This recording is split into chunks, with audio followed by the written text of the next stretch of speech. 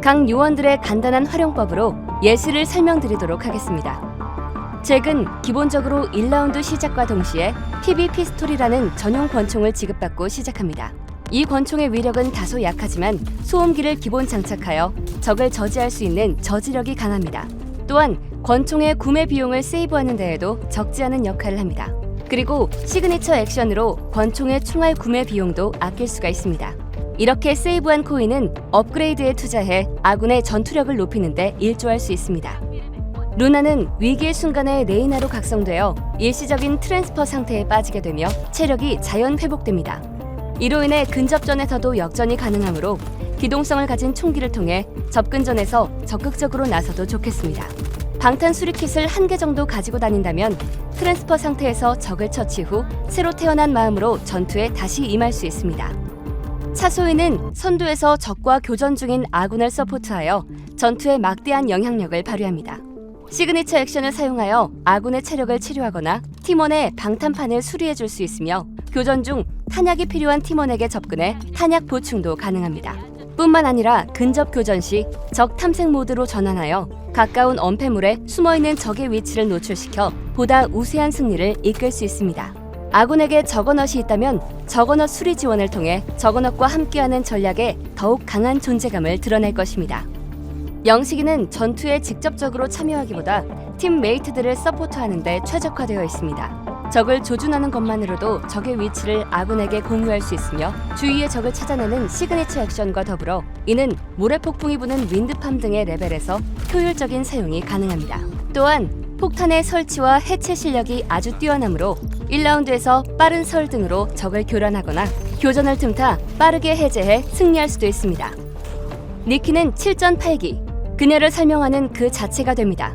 상대가 마무리하지 못하면 반복적인 부활이 가능하기 때문에 중장거리에서 전투를 하며 적을 견제해도 좋고 난전 상황에서 마무리가 안 되었다면 다시 부활을 해 적을 제압할 수도 있겠습니다.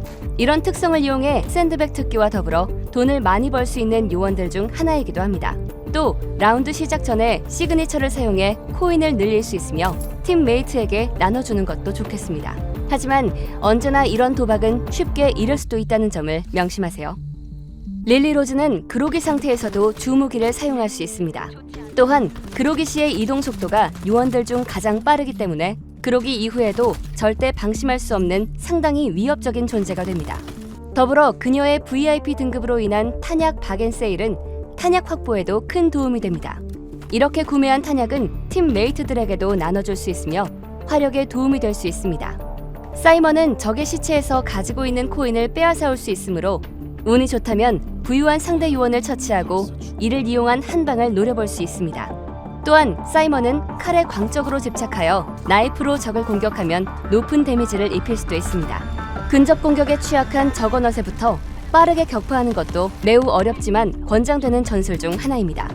전공법보다는 교전 중인 적의 후미를 치는 기습작전으로 플레이가 가능합니다. 드미트리는 저격으로 특화된 요원 중 최고입니다. 조준 중에서도 스코프에서 눈을 떼지 않는 그의 스킬은 저격총을 사용할 수 있는 시기도 빠르기 때문에 적절한 사격 위치를 찾게 된다면 저격수를 두려워하는 적의 진출을 막기에도 적합합니다.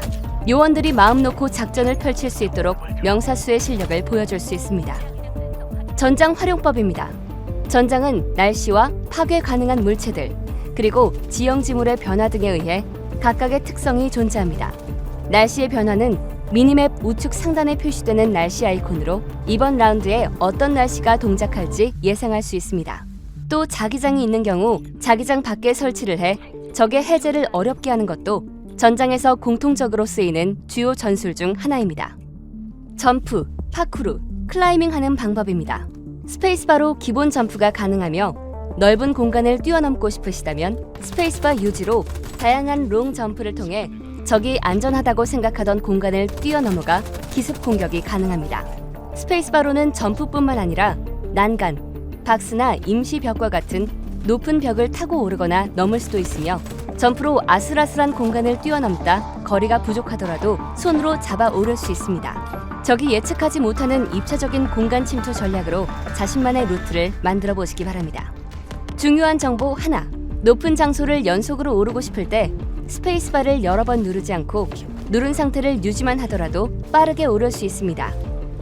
구르기 방법입니다.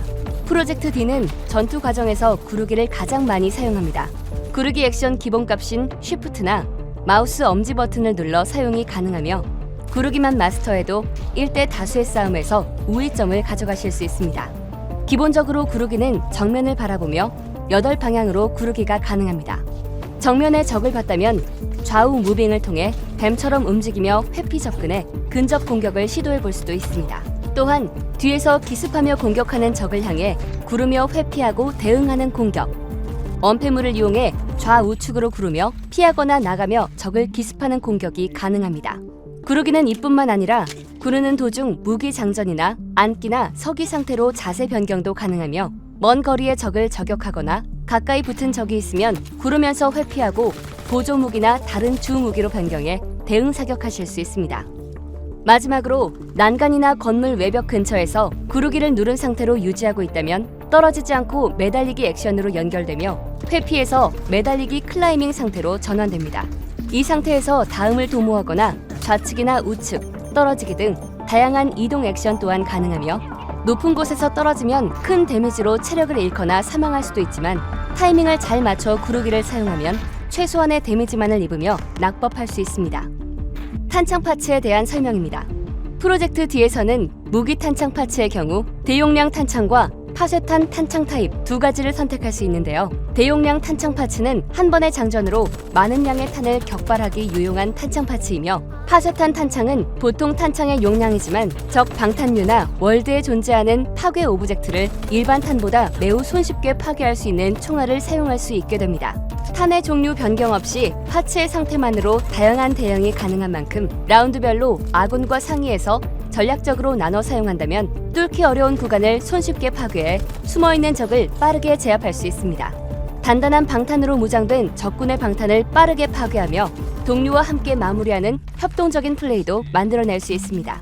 게임 후반부에 등장하는 강력한 저거넛은 일반 탄으로 대응이 쉽지 않지만 파쇄탄을 이용한다면 효율적으로